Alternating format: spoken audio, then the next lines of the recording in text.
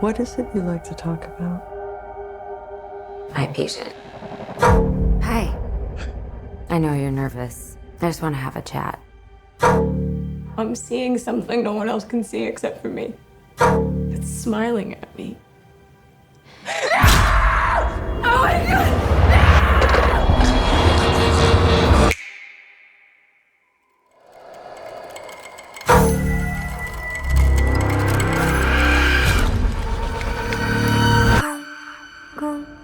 Yesterday, a patient in your care died brutally in front of you. I need to find an explanation for what happened. It's smiling at me. It's smiling at me.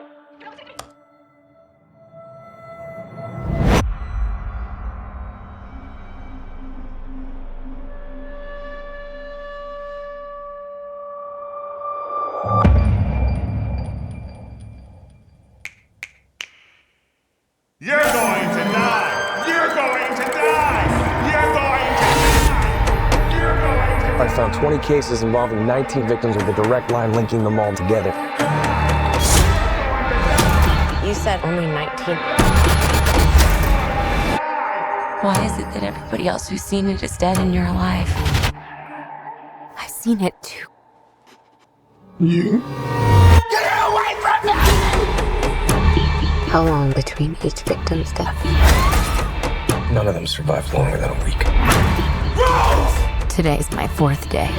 I am not gonna keep running. I have to face it. How does it make you feel?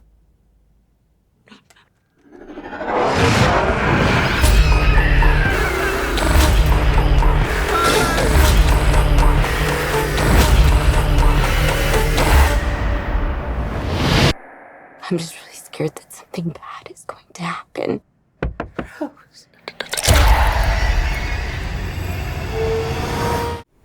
Hi everybody, welcome to another episode of Ready Speaker. Today's film review, which seems to be where I'm going with a lot of this stuff. I think I'll get into other commentary later on. Well, again, the film review is the trailer you just saw of Smile. It's a 2022 horror film. It runs an hour and 55 minutes. Let's go through some details here on IMDb. Right now it is rated at 6.5 stars. The director is Parker Finn, writer is Parker Finn, stars Sosie Bacon, Jesse T. Usher, and Kyle Gallner. And this is a slow burn sort of horror, as you saw from the trailer, about a woman who sort of gets possessed by this creature that makes people go crazy, and they smile and they end up doing damage to themselves and others, and that's pretty much the gist of it. How do I feel about it? How do you feel about it after watching that trailer? I'll say that's usually one of my things about a movie, is if the trailer is too dense with information and I can sort of figure out the timeline and the rhythm of the film from the trailer, I don't know how strong the movie is. And that kind of holds true with this one. I was really looking forward to it. I was hoping it was a little bit more involved. There's been some really, really good horror films in 2022. Barbarian, even Megan, I thought was really creepy and a slow burn like this. I don't know if this story was deep enough or had cause enough to really take it to a new place. There were some logic holes in it, just thinking about the structure and how she's interacting with characters and how they're interacting with her, the lead, once she kind of goes off the rails. I do like some of the cinematography. I thought that was really, really good. And look at some other cast members here. I'm sorry, I'm just going to IMDb. You have Cal Penn as Dr. Morgan Desai. I'll be honest with you, I sort of lost it with him. Don't know if he was really the right choice. I don't know. He's got a weird way of speaking sometimes. You have Jesse T. Usher as Trevor. That's her man, her fiance. You have Kyle Gallner as Joel. He's like a detective cop making all the wrong decisions. And that's actually my peeve with a lot of these films is that you have to have a rule of why people are isolated and doing the really dumb things of being alone. And this film sort of does a lot of dumb things of being alone. There are some dramatic things, but the family, her family, freaks out because she's freaking out, and they sort of like push her away, and there's like this baggage that's being discussed in the film that I don't know if it really holds the weight of what needs to happen for her to be like alone, you know, and unsupported. Everybody thinks she's kind of crazy. And I would like to have seen like their perspective of what they see rather than just what all of our perspective is in it. It's just not that strong. It's a good idea. I think it lands okay on its feet. So I'll give it out of a 10, 6.5. You know, Olympics card. I think that's okay. I think there are better films that probably get the same rating than this one, and I think this just needs a little bit more finesse and probably a little bit more contraction of the story if they're not going to give me more information. Again, some of the shots are amazing. I thought they took some really, really good stuff. It's a little bit theatrical in its placement. It's set in Jersey, or I thought a Jersey car plate, and it just didn't feel like Jersey. I don't know where it was shot, but it just didn't seem like it was in Jersey.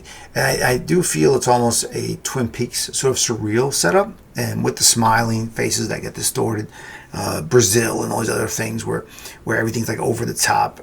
I sort of get it. I like the cuts. I like the wide shots at times, and then you go into the closeness of it, and her feeling stifled and everything, and the investigation. And I think it's too big of a problem, and especially it's in the trailer. There's like 19 other deaths like this related to a scenario similar to what she's going through, and no one else is figuring it out, but it's like one cop, and like it just seems like it needed to be either a bigger story with richer elements, or it needs to be a little bit tighter, a little bit closer, And I saw fragments of that with some of the shots, the connections with other people, the connections to her past. I just needed to be like, why was she chosen? And that's always the thing with a story for me, is I have to understand why. I get the randomness sometimes, but even randomness has a pattern of why they're chosen. And I just didn't get why. Are they these 19 people that died, are they all connected by, moments of uncertainty, broken families, broken images, poor relationships with their parents, something that this evil feeds on? And again, I know horror films are always random, but it's why they show it to the campsite. That's why they get killed. Why do they have this house party of the old dream, and this guy's going around the block and no one really knows about it? That's why they get killed. It is the clown. Why do you look in the sewer? Why are you following these noises? Stay away from that house. They cross that threshold. That's why. That's the catalyst of why. This just didn't have a catalyst of why. It came to her, and I don't know why it came to her, which I think is my biggest problem from the storytelling. I really did want to like it. I was actually waiting for it to be streaming so I could watch it and sort of enjoy it. Love the poster. I think the poster's great. I posted it up here. You saw it. Maybe I posted up a couple. I don't know how many are out there, but whatever it is, I'll post them in the edit. But an okay film. Worth a watch. Stylistically, I think it's okay. The color palette's okay. I like the lighting.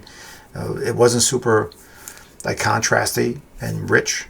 But you're dealing in pastels and these soft greens and the sky and these wide shots of terrain that's sort of overcast, and I think that's kind of interesting. So I think that's where I was going with this. Yeah, they got these hospital walls that are various soothing colors that are very soft, in that way. Nothing really popping at you, not a heavy thing, but a mellow sort of color, and I kind of like that, and I think I just wanted more, if that makes sense. I just want a little more, again, of depth, of cause, of interaction in a different way. It just felt very forced. She fell into it. It landed on her. It's it's haphazard, which is fine too. Life is haphazard. So in real life, things just happen. Shit just goes down sometimes, and it all goes to shit. And I found shit just goes down. I felt like that was a weird way to put it. But yeah, things just do go to shit sometimes, and there is no cause. It just sort of happens. That's real life. But storytelling is educational in a way. It always tells you why it goes there. Why are they picked? I mean, it's a common theme, especially in the films that are out there today, of why this person is picked. It's not random. It's destiny. So I think I needed a little. I don't like that too much. I needed a little bit more of that. So probably less than a 6 on the script writing and creating this world with the rules. The anchoring in reality, I think, again, that alone thing, always going alone, just freaks me out with everything. If you're in a weird situation, you never want to be alone. You always want to go in pairs. And this like sort of fought it a little bit with her insanity, or her trip into insanity, and how her family just pushed her away. Like everybody in her life was pushing her away because she was obviously crazy and going through some shit, and they didn't want to deal with it. And that was not helpful to her or anybody in real life. So maybe that's this world where people just aren't helpful, and this sort of evilness can get through and take over people's lives. And maybe that's a story where they're just fake happy and smile, but it's really just their slow death that's hurried up a little bit because it's not a happy world. There you go. I found a way to look at it that sort of makes sense to me. Maybe that's what they meant by it, but that's sort of how it makes sense to me. Now it makes sense when I think of it that way, that it's a world where people are faking and going through the motions, kind of selfish, and faking happiness. And this thing is showing the hypocrisy of people in the world, that they're not happy, and they're just going to put on big smiles. They kill themselves because that's just a metaphor of what we're doing in our lives. We're just putting on a smile as the world crushes us. And there you go. Wow, that's a really somber side note. So this is Ron DeRucci on Ready Speaker. Subscribe, like, share. Hey, ping me. Maybe you can be on the show and we can talk about something. Love to have a conversation about a movie or a series. I think I'll be doing some series now as well, and we can talk about some things that are happening in the world and anything. Pick a topic. I'd love to see that. Pick a topic and give me a shout out. All right, all the best. Bye.